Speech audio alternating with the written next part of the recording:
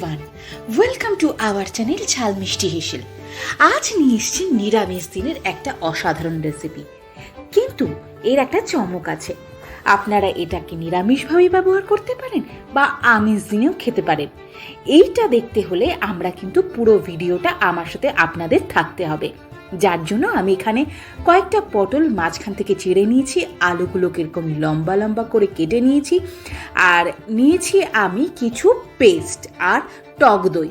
আমি এই পেস্টের মধ্যে নিয়েছি একটুখানি পোস্ত, লঙ্কা, চালমগজ আর কাজু।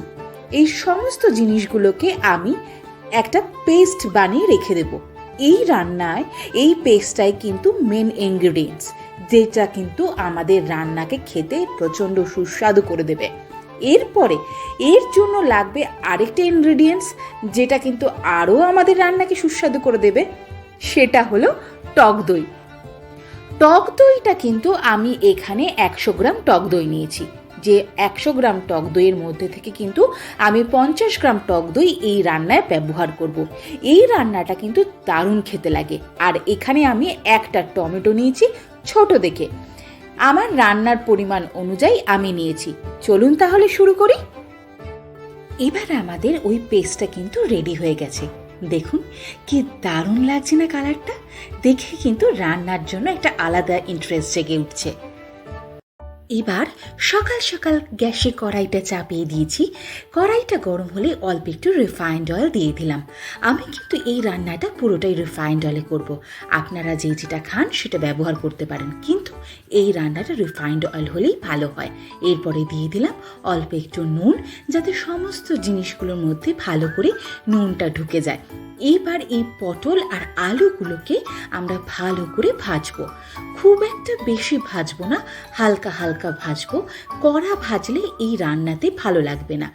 আমরা যেমন পটল ভাজা খাই সেরকম ভাজবো না, হালকা ভেজে এটাকে একটা পাত্রের মধ্যে আমরা নাবিয়ে রেখে দেব। দেখুন ঠিক এই রকম ভাবে ভাজাটা হবে। এবার কড়াইয়ের মধ্যে আর একটু সামান্য তেল দেব। তেল দেওয়ার পর এর মধ্যে দিয়ে দিলাম গোটা জিরে, তারপরে দিয়ে দিলাম একটা তেজপাতা মাঝখান থেকে চিড়ে, তারপরে দিয়ে দিলাম দারচিনি, এলাচ আর গোলমরিচ। এই সমস্ত জিনিসগুলোকে আমি ফোড়নও দিয়ে ফোড়নটাকে ভালো করে চড়বড় চড়বড় করা অবধি ভাজতে থাকবো। এই ফোড়নগুলো দেওয়ার সময় কিন্তু সত্যি খুব সুন্দর গন্ধ বেরোয়, যেটা কিন্তু নিরামিষ রান্নায় একটা আলাদা রূপ এনে দেয়। এরপরে কিছুটা আমরা আদা, এখানে আমি আদাটাকে থেঁতে নিয়েছিলাম, সেই থেঁতো আদাটাকে এর মধ্যে দিলাম। আমি কিন্তু খুব কম তেলে রান্না করছি, আপনারা যদি মনে করেন একটু বেশি তেলে রান্না করবেন করতেই পারেন।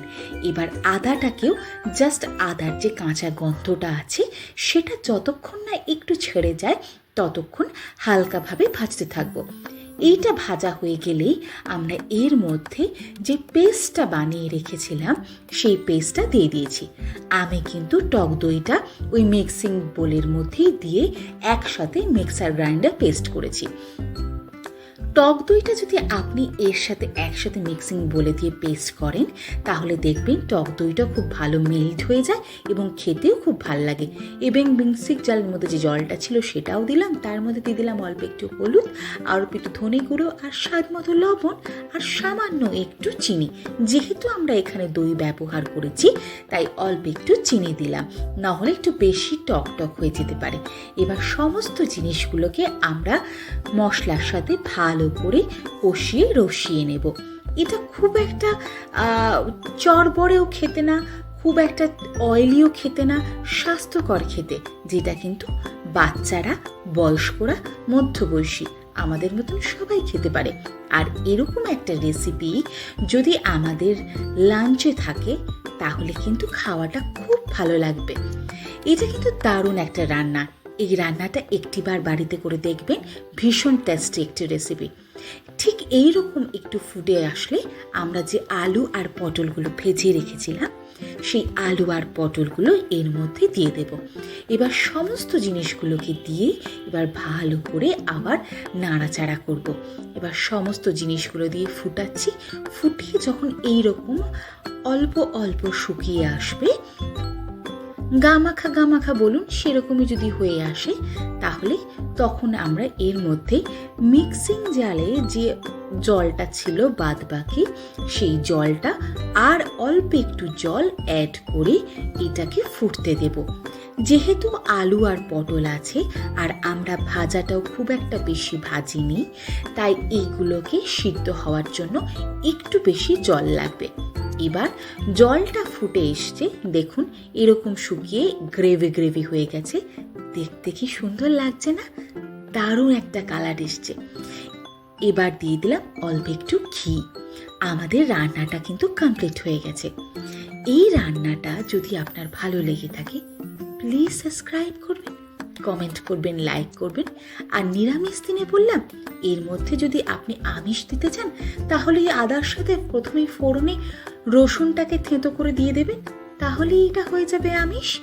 নিরামিষ আমিষ এই খাবারটা কিন্তু দুভাবেই খাওয়া যায়। তাই যদি মনে করেন নিরামিষ দিনে খাবেন, তাহলে শুধু আদা, আর আমিষ দিনে হলে একটু রসুন কুচি থেঁতো, ব্যাস হয়ে যাবে আমাদের দুপুরে একটা দারুণ লাঞ্চের রেসিপি। আসি তাহলে আজকে, দেখা হবে অন্য রেসিপিতে। Bye bye.